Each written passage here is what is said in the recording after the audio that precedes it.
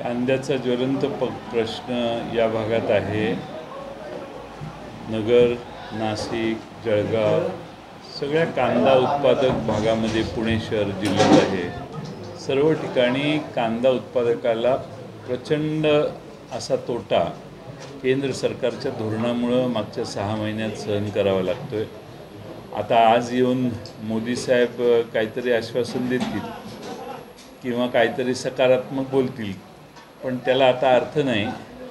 पूर्ण वेळ निघून गेलेली आहे। कांदा उत्पादकांना नुकसान झालेलं आहे आणि केंद्र सरकारच्या शेतकऱ्यांची जी धोरणं आहेत त्याच्याबद्दल केंद्र सरकारच्या सगळे धोरणं चुकीच्या पद्धतीने झाल्या। ज्या ठिकाणी शेतकऱ्यांचं उत्पन्न दुप्पट होईल असं आश्वासन दिलं, तिथं शेतकऱ्यांचा खर्च दुप्पट झाला, कारण खतं महाग झाली।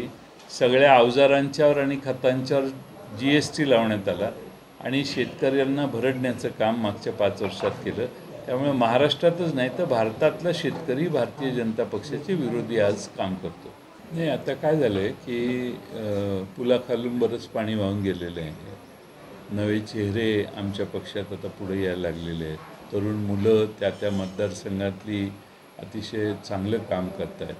त्यामुळं आम्हाला अजिबातच त्या ठिकाणी पर्याय नसेल तर तुम्ही म्हणताय त्या पर्यायाचा कदाचित विचार होईल, पण जवळपास 70-80% जागा जिथं आम्ही लढणार आहोत तिथं आता नवी जनता, नवी कार्यकर्ते, नवे चेहरे पुढे यायला लागलेत आणि तरुणांना संधी देण्यासाठी राष्ट्रवादी शरदचंद्र पवार पक्षाचे नेते शरद पवार साहेब हे नेहमीच पुढे राहिलेले आहेत। आम्ही कशातून पुढे आलो तर 99 साली आम्हा सगळ्यांना संधी दिली, तसंच पवार साहेबांना महाराष्ट्रात पुन्हा एकदा तरुण पिढीला आकार देण्याचा, दिशा देण्याचं काम करायचं आहे आणि त्यामुळे नव्या चेहऱ्यांना घेऊन पवारसाहेब कदाचित पुढच्या निवडणुका लढवतील असा माझा अंदाज आहे। प्रचंड प्रमाणामध्ये पाऊस पडतोय आणि सर्व ठिकाणी आम्ही ज्या ठिकाणी निवडणुका लढवल्या तिथं आम्हाला वाईट अनुभव आला।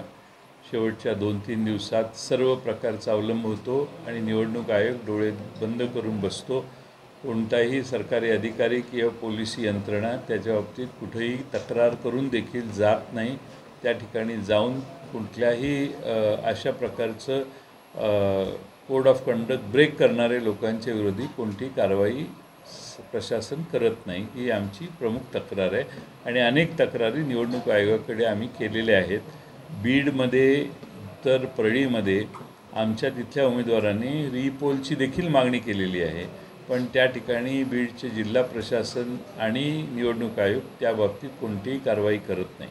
पंतप्रधानांची सभा होणार म्हणून ज्यांनी कांदा उत्पादकांच्या वतीनं आंदोलनात भाग घेतला आणि कांद्याचे दर वाढले पाहिजेत, कांद्याची निर्यात बंदी उठली पाहिजे, कांद्यावर निर्यातीचे 40% कर लावलेला आहे तो कमी झाला पाहिजे, या सगळ्या मागण्यांसाठी वेळोवेळी नाशिक जिल्ह्यामध्ये जी आंदोलनं झाली त्यात ज्यांनी पुढाकार घेतला, ज्यांनी ॲग्रेसिव्हली भाषणं केली, ज्यांनी केंद्र सरकारच्या विरोधात भूमिका घेतली, त्या सर्वांना मोदी साहेब येणार आहेत म्हणून अटक करण्यात आली।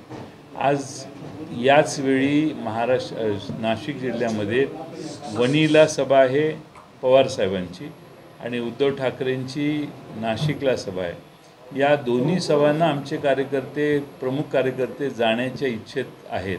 हे प्रमुख कार्यकर्ते आमचे मुद्दामून अडकवलेले आहेत। त्यांना या दोन्ही सभांना जाऊन काहींना भाषणं तिथं जाऊन करायची आहेत। त्याच्यात लोकशाहीचा गळा कसा घोटण्यात येतो हे यातून दिसतं। मी पोलीस प्रशासनाला, जिल्हा प्रशासनाला आजही आवाहन करेन की त्यांनी आमचे कार्यकर्ते आमच्या सभांना येणारे हे त्यांनी अटकेत घातलेत असा याचा अर्थ होतो। आमच्या सभा चांगल्या होऊ नयेत, आमच्या सभेत गर्दी जमू नये म्हणून पोलीस प्रशासन बळाचा वापर करते।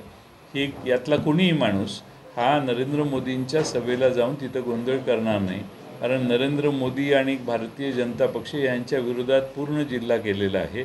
त्यामुळे त्यांच्या सभेत जाऊन त्या ठिकाणी काही करण्याची आज आवश्यकता आम्हाला कुणाला वाटत नाही। तर शरद पवार साहेबांचे आणि उद्धव ठाकरेंचं म्हणणं ऐकण्यासाठी हे सगळे कार्यकर्ते त्या ठिकाणी जाणं आवश्यक आहे। प्रशासनाने यांना मुक्त करावे आणि त्या ठिकाणी जायला परवानगी द्यावी। ABP माझा, उघडा डोळे बघा नीट।